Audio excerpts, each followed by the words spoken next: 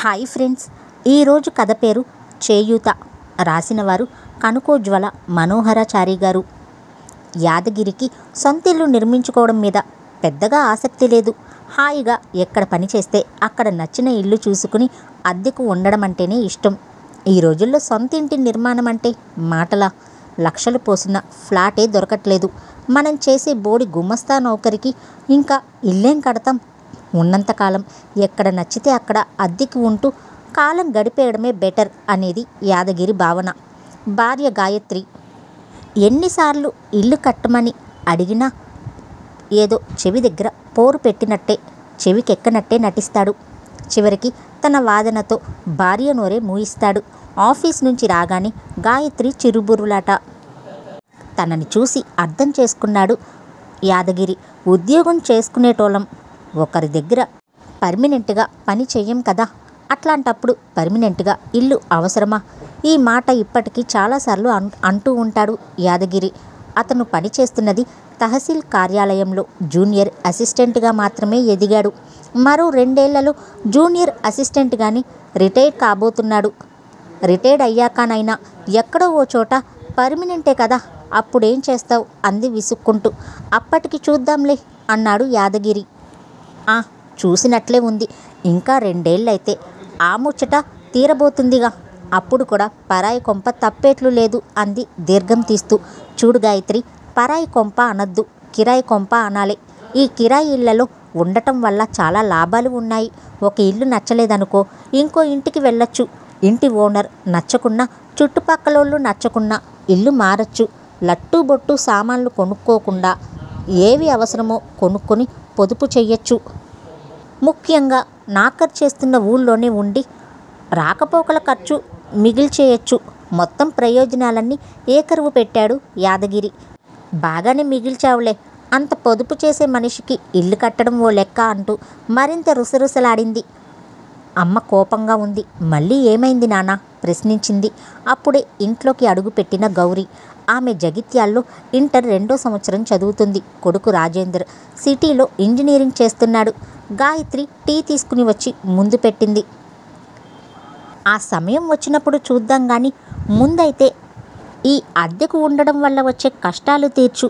మళ్ళీ అదే మాట. ఈ నౌకర్తో సొంతిల్లు కట్టడం కష్టమంటే వినవే అన్నాడు విసుగ్గా. ఉద్యోగం చేసుకునేటోళ్ళం సొంతిల్లు కట్టుకోవడం లేదు. గాయత్రి అసహనంగా అంది. ఏమో, నాకైతే కష్టమే. ఇల్లు కడితే పిల్ల పెండ్లి చేయలేం, ఆలోచించుకో అని టవల్ తీసుకుని బాత్రూమ్ వైపు నడిచాడు.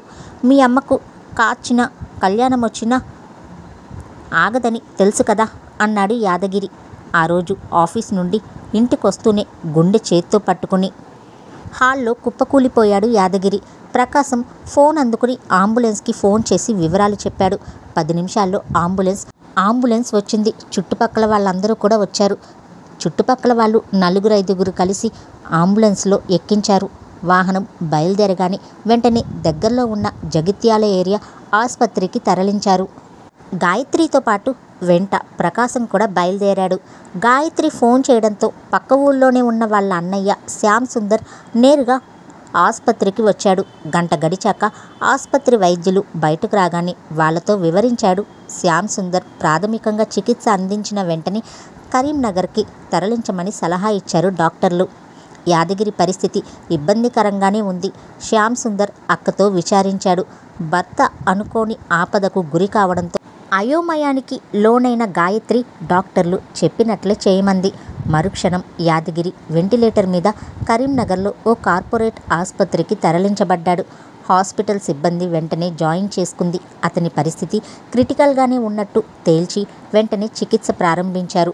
ఈలోపు సిటీలో చదువుకుంటున్న కొడుకు రాజేందర్ సమాచారం ఇవ్వడంతో అతను నేరుగా కరీంనగర్ బయలుదేరాడు. గంటలు గడుస్తున్నాయి. గాయత్రి ఆందోళన తీవ్రతరం కావడంతో శ్యామ్ సుందర్ ధైర్యం చెప్తున్నాడు. ఇంటి ఓనర్ ప్రకాశం కూడా రోజంతా వాళ్లతోనే ఉండి యాదగిరి త్వరగా కోలుకోవాలని వాళ్ళందరూ కోరుకుంటున్నారు. ఆయనని వెంటిలేటర్ మీద ఉంచారు. చుట్టుపక్కల వైద్య బృందం ఏవేవో చెకప్లు చేస్తున్నారు. దుఃఖం పొంగుకొస్తూ ఉంటే బలవంతంగా అణుచుకున్నాడు. తెల్లవారేసరికి కోలుకుంటారని చెప్పారు వైద్య బృందం. అందరూ ఊపిరి పీల్చుకున్నారు. అయితే అనూహ్యంగా తెల్లవారి 7 గంటలకే అసనిపాతం లాంటి వార్త చెప్పారు హాస్పిటల్ ప్రధాన వైద్యుడు. మేం సాయశక్తులా ప్రయత్నించాం కానీ ఆయన్ని కాపాడుకోలేకపోయాం. అక్కడ కాలం స్తంభించిపోయింది. కొద్దిసేపు తర్వాత నిశ్శబ్దం గల్లున బద్దలైంది. రావాల్సిన బిల్లులన్నీ వసూలు చేసుకుని లాంఛనాలన్నీ పూర్తి చేసి ఉదయం 9:30కు శవాన్ని అప్పగించింది హాస్పిటల్ సిబ్బంది.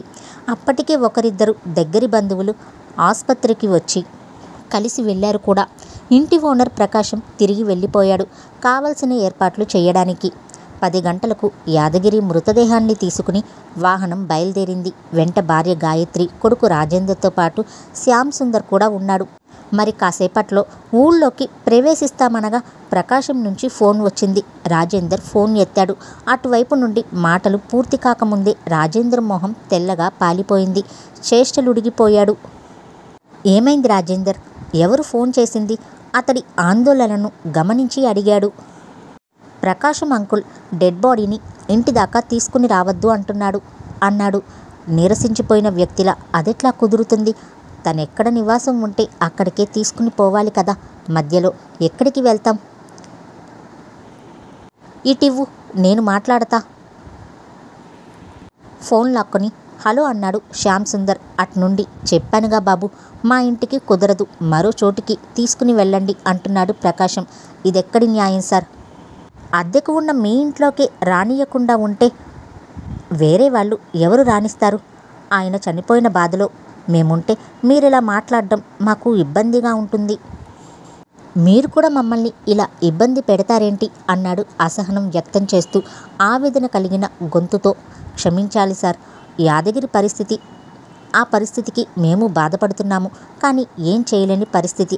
మా ఇంట్లో ఈ కార్యక్రమానికి ససేమిరా అంటున్నారు. క్షమించి ఇంకెక్కడికైనా తీసుకుని వెళ్ళండి. హలో హలో ఫోన్ కట్ అయింది. శ్యామ్ సుందర్ నిశ్చేష్టుడై ఉండిపోయాడు. వ్యాన్ రోడ్డుకు ఓ పక్కన ఆగింది. గాయత్రి ఇదేమీ అర్థం కాని స్థితిలో తీవ్ర దుఃఖంలో మునిగి ఉంది. ఎట్లా ఇప్పుడెట్లా గొనుక్కుంటున్నారు. శ్యామ్ సుందర్ వాళ్ళు ఏం చేయాలో తెలియక ఆలోచిస్తూ ఉన్నారు. వ్యాన్ నుండి కిందకు దిగి ఊరి పెద్ద ఆయనతో ఫోన్ మాట్లాడించాడు. ఆయన కుదరదంటున్నాడు ఇంటి యజమాని. చేసేదేమీ లేకపోవడంతో మృతదేహాన్ని ఊరి పొలిమేర్లలోని దించి వెళ్ళిపోయాడు వ్యాన్ డ్రైవర్. గాయత్రికి విషయం కొద్దిగా అర్థమైంది. నిస్సహాయరాలైన ఆమె రోదన మిన్నంటింది. ఊరి శివార్లో రోడ్డు పక్కన అతిగతి లేక పడుకోబెట్టిన యాదగిరి మృతదేహాన్ని ఊరి వాళ్ళు ఒక్కొక్కరుగా వచ్చి చూసి వెళ్తున్నారు. శవానికి కాస్త దూరంలో బండరాయిపై తల పట్టుకుని కూర్చుండిపోయాడు శ్యామ్ సుందర్.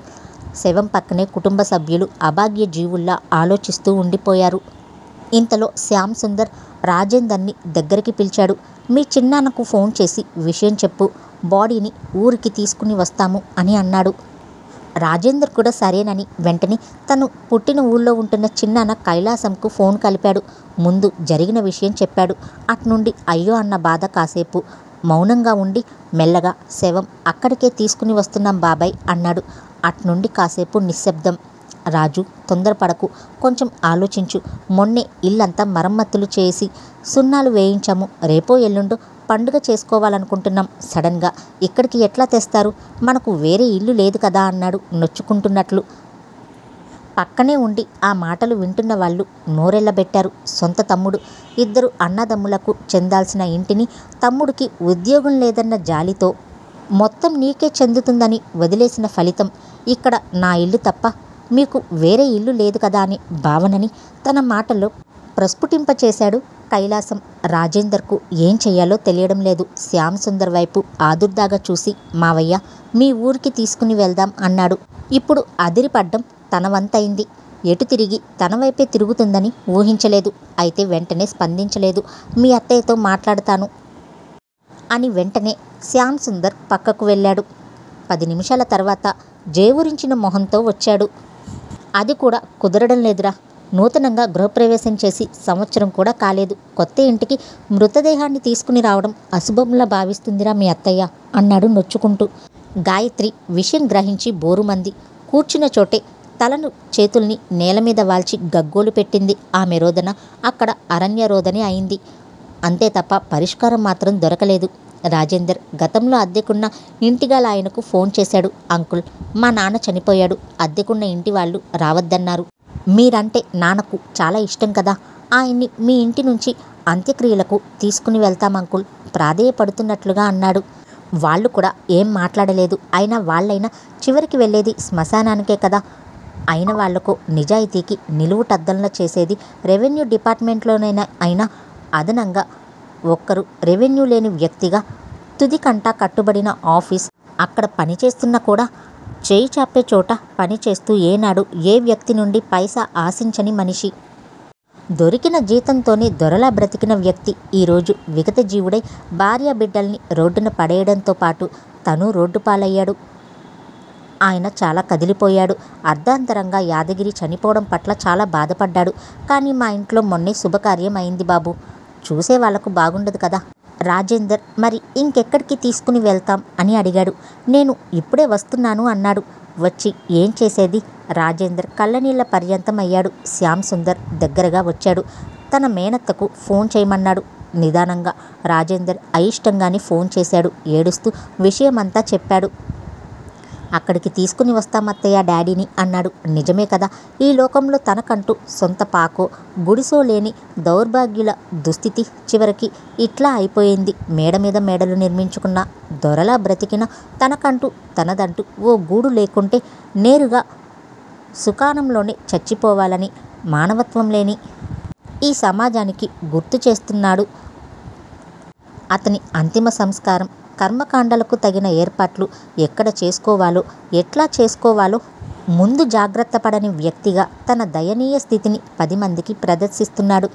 అనాథుడై అభాగ్యుడై చుట్టూ చేరిన జనానికి సొంత గూడు కట్టుకోలేని తన అశక్తి అసమర్థ మొహాన్ని చూపించలేనట్లుగా ఊరి బయటే ఉండిపోయాడు. విగత జీవుడై చేసేది లేక రోడ్డు పక్క నిస్సహాయులై చూస్తున్న కుటుంబ సభ్యులకు అండగా చుట్టూ చేరిన 10 మంది యాదగిరి శవాన్ని అటు నుంచి అటే శ్మశానానికి పంపే ఏర్పాట్లకు సిద్ధమయ్యారు.